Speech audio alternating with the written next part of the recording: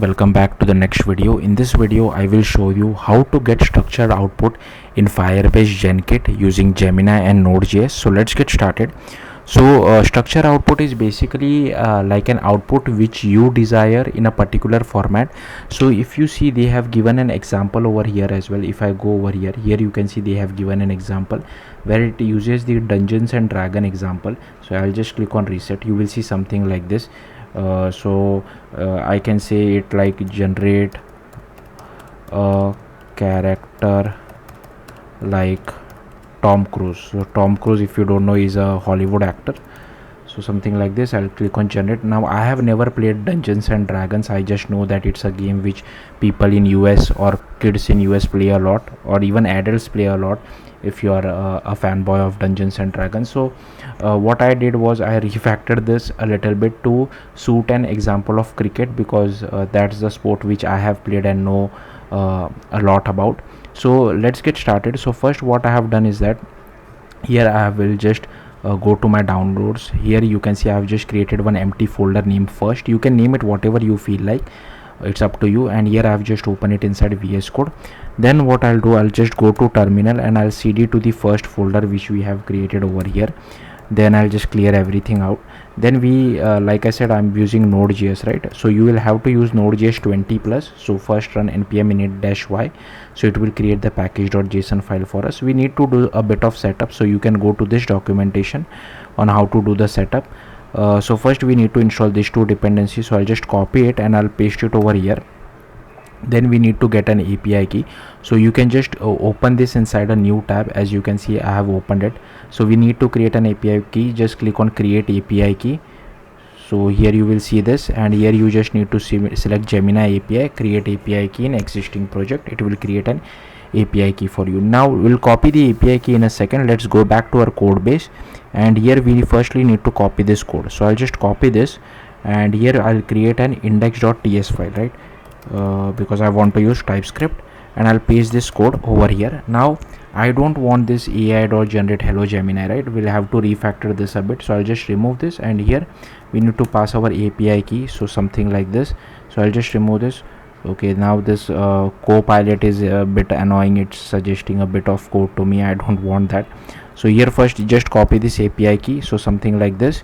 Okay, this, I don't know why this Copilot is been behaving weirdly. I don't want your code, stop it. So again here you can see, I'll just I don't know whether it is Windsurf or it is Copilot, I don't know. Just go to settings, I don't know.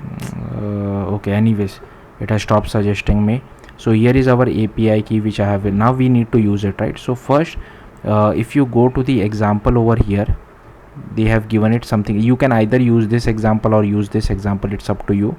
So here you can see they are just doing AI.generate, pass your prompt to it. So you can pass whatever prompt, and you need to pass a schema. So here you can see they have defined a schema of their own choice. So schema can be anything. So this Z is, I think it refers to Zord, but Genkit has inherently integrated Zord library inside it, so we don't need to install the Zord library separately. Hopefully you are getting the point. So here we need to create a schema, but I don't want to use this schema. If you want, you can use this schema. I have created a separate schema. So what I'll do is I'll just copy some code which I have already written over here. So I'll just copy this, then I'll go back to my main project which is over here, and I'll just copy this inside main. Okay, so here you can see it is same. So I'm just doing AI.generate, and here all I'm telling is generate an interesting cricketer who is a mixture of Jasprit Bumrah in bowling, Virat Kohli in batting, Ravindra Jadeja in fielding, and MS Dhoni like wicket keeping. So these all names are related to cricket. So if you don't watch cricket, you can just replace it with your own sport, whatever you feel like.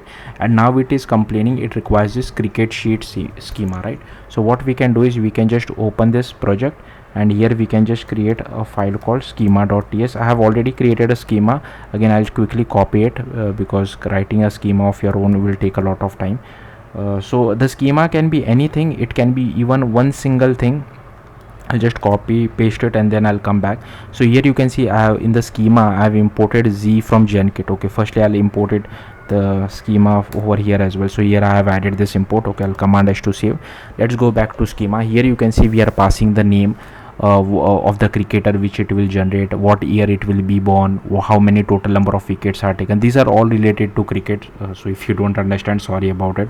So total runs, total catches, you don't need to pass all of this stuff. You can keep this entire thing empty as well. It will not complain, but then you will not get an output. So if you want to pass only the name, you can do that as well. You can comment everything else out, but I want to get more parameters from it, so that's why. So name should be of type string, and here you can describe what the character name should be, like it should be maximum 100 characters.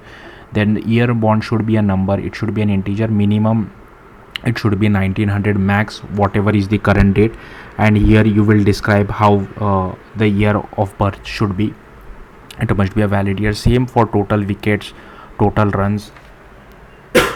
Here we are basically specifying the data type like number and int, what is the min max value, and describing it even in further detail. So total stumpings, batting style, bowling style, fielding style, wicket keeping style, achievements. And here at the very end you can just describe it like whatever sheet you have created. So I have just created a cricketer sheet, that's why I have named it as cricketer sheet, but you can name it whatever you feel like. Then here we have created another schema. I'm not really sure what's the point of this, but this was in the documentation, that's why I've created it. So you just pass this cricketer sheet schema over here, and you just create something like this cricket sheet. I'm not really sure what's the use of it, but anyways I have created it, and here we are basically using it. That's how simple it is. Then you can just go to your terminal and just run npx tsx index.ts. Now we only have 2 TypeScript files, so I'm not going into that generate a build or generate a dist folder and then convert it to JavaScript. You can do that for complex projects, but this is a very simple project. That's why I'm directly running npx tsx index.ts. So let's see what kind of a cricketer it generates. Let's just wait. So here you can see it has generated a cricketer for us. So I'll just, so batting style is right hand bat, aggressive, stroke play. Bowling style something like this, Yorker specialist, because Jasprit Bumrah is a Yorker. Fielding style agile, all position fielder. Then direct hit expert, the name is Veer Chaudhary. Total catches 210, total runs 28,000, total stumpings 230, total wickets 520. Wicket keeping style instinctive and rapid.